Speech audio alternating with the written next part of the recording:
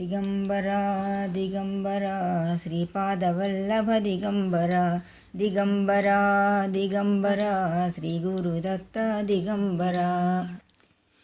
శ్రీ గురు లీలలు వినరండి, ముక్తికి మార్గం కనరండి. దత్తాత్రేయుని అవతారములు చదివిన కలుగును సర్వశుభములు. నామధారకుడు పరితపించగా శ్రీ గురులే సిద్ధునిగా వచ్చి తమ లీలలనే తెలిపెనుగా, తమ మహిమలనే చూపెనుగా. అత్రి అనసూయల పుత్రునిగా దత్తాత్రేయునిగా జనించి గురు పరంపరను నిలపంగా కృతయుగమందున వెలసెనుగా. పిఠాపురం అను గ్రామములోన సుమతి అప్పల రాజశర్మలకు శ్రీపాద శ్రీవల్లభ నామమున కలియుగమందున వెలసెనుగా. 16 ప్రాయమున సన్యాసమును స్వీకరించి సోదరులకు స్వస్థతను సగి తల్లిదండ్రులకు మోదము కూర్చి కాశీ మొదలగు యాత్రలు చేసి గోకర్ణమును చేరుకొని గోకర్ణేశ్వరు సేవించి గురువపురములో స్థిరపడెను.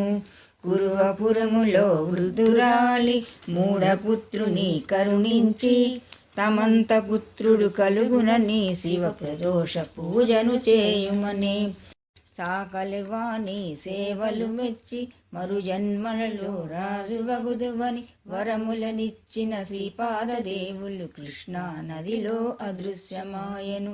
అంబికకు ఇచ్చిన మాట కోసమై కరంజయను గ్రామమునందున అంబా మాధవ శర్మ దంపతులకు శ్రీ గురుదేవులు జనించే. పుట్టగనే ఓంకారము చేయగ చూచిన ప్రజలు విస్మయమందిరి. బాలుని పాదాన శుభముద్రలుగని నరహరి అను నామమును పిలిచిరి. 7 వర్షములు దాటుచున్నను ఓంకారము విన మాటలాడని పుత్రుని చూచి దుఃఖమందిన తల్లిని ఊరడించెను స్వామి. ఉపనయనమును చేయమని సంజ్ఞలతోనే తెలిపే తల్లికి ఇనుమును తాకి పసిడిగా మార్చి తల్లిదండ్రులకు ధైర్యమునిచ్చే. గాయత్రి మంత్రము స్వీకరించగని 4 వేదములు గానము చేసి భగవంతుని అవతారము తానని జనులందరికీ తెలిపెనుగా. తల్లిని భిక్ష అడిగిన నరహరి భిక్షాటనమే వృత్తిగా చేకొని సన్యాసమును స్వీకరించి తీర్థయాత్రలు చేసేదనను.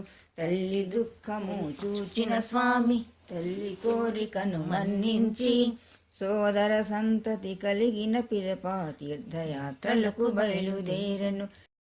కాశీ చేరి గంగా తీరాన తపము చేయగా చూచిన కొందరు బాలయోగికి నమస్కరించి తమని శిష్యులగా చేకొనుమనిరి. కృష్ణ సరస్వతిని గురునగా పొంది సన్యాసమును స్వీకరించి నృసింహ సరస్వతి నామము గైకొని ప్రదక్షిణకు బయలుదేరను. సాయం దేవుని భక్తికి మెచ్చి యవనుని బాధను తొలగించి ప్రాణభిక్షను పెట్టిన స్వామి అష్టైశ్వరములు వాడికి నొసగి. పంచగంగా సంగమమందు పేద విప్రుని భిక్షగైకొని చిక్కుడు పాదును పెగలించి ధనరాశులనే అతనికి నొసగి. అమరపురములో యోగినులు శ్రీ గురుని సేవింపగా చూచిన గంగానుజునకు వరమొసగి కాశీ యాత్రను చేయించే. శిరోలయను గ్రామములోన బిడ్డలు లేని దంపతులకు పిశాచ బాధను తొలగించి సంతానమును ప్రసాదించెను. గాణ్గాపురము చేరిన స్వామి భీమా అమరజ నది సంగమమున స్థిరపడి తమ మహిమలను లోకానికి వెల్లడి చేసే.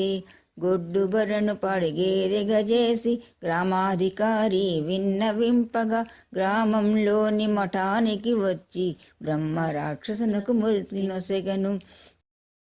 మదాంధులైన వేద పండితులు త్రివిక్రముని వాదనకు పిలవగా మాతంగునుచే వేదము పలికించి మూర్ఖ పండితుల మదమణిచే దీర్ఘవ్యాధిచే మృతి చెందిన సావిత్రి భర్తను బతికించి రుద్రాక్ష భస్మ మహిమలు తెలిపి సంతాన సౌభాగ్యములనిచ్చే భాస్కర శర్మను పేద బ్రాహ్మణుడు శ్రీగురునికి భిక్ష చేయరాగా శ్రీగురు కృపతో ఊరంతటికి ఘనమగ సంతర్పణ చేసే గంగాంబ సేవలు మెచ్చిన స్వామి బిడ్డలనిచ్చి దీవించి మేడి కట్టెను చిగురింపజేసి నరహరి కుష్టును తొలగించే తంతుగుండని భక్తునికి మహాశివరాత్రి పర్వదినాన శ్రీశైలయాత్ర చేయించి మల్లికార్జునుడు తానని తెలిపి నంది శర్మకు వ్యాధిని బాపి నాలుకపైన భస్మము వేయగా పామరుడైన ఆ భక్తుడు స్వామిని ఆశువుగా స్తుతించే దీపావళి పర్వదినాన భక్తుల కోరిక మన్నించి అందరి ఇళ్లలో భిక్షను చేసి అష్టరూపముల భక్తుల బ్రోచే పర్వతుని భక్తి మెచ్చిన స్వామి కోసిన పంటను చిగురింపజేసి అధిక పంటనే అతనికి నొసగి వాని వంశమున తమ కృప కలదని భీమా అమరజ మహిమను తెలిపి పూర్వాశ్రమమున సోదరి రత్నకు అష్టతీర్థ స్నానము చేయించి పాపములను పోగొట్టెనుగా బీదరు నేలేమ్లేచ్చరాజునకు స్ఫోటక వనబాధ బాపిన స్వామి తామే శ్రీపాదులమని తెలిపి పూర్వజన్మను గుర్తు చేసెను కలియుగమందున పాపులు కూడా స్వామిని వరములు కోరుచుండగా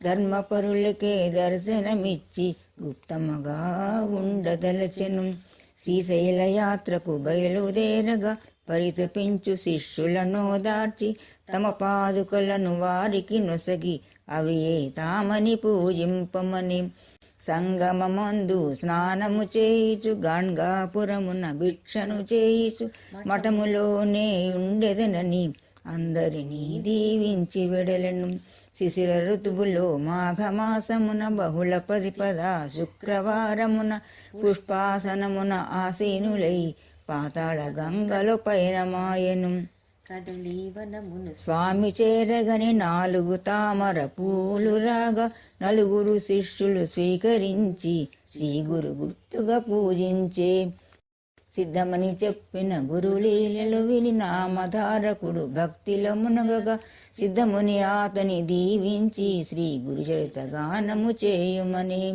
సాయం దేవుని వంశస్థుడైన నామధారకుని అనుగ్రహించి సిద్ధనామధారక సంవాదముగా శ్రీ గురు చరితము లోకానికి నొసగే శ్రీ గురు లీలలు వినిన చదివిన సకల పాపములు తొలగిపోవును శ్రీ గురు ఆనగ జనులంతా సకల శుభములు పొందేరు. శ్రీ గురుదత్త. జై గురుదత్త.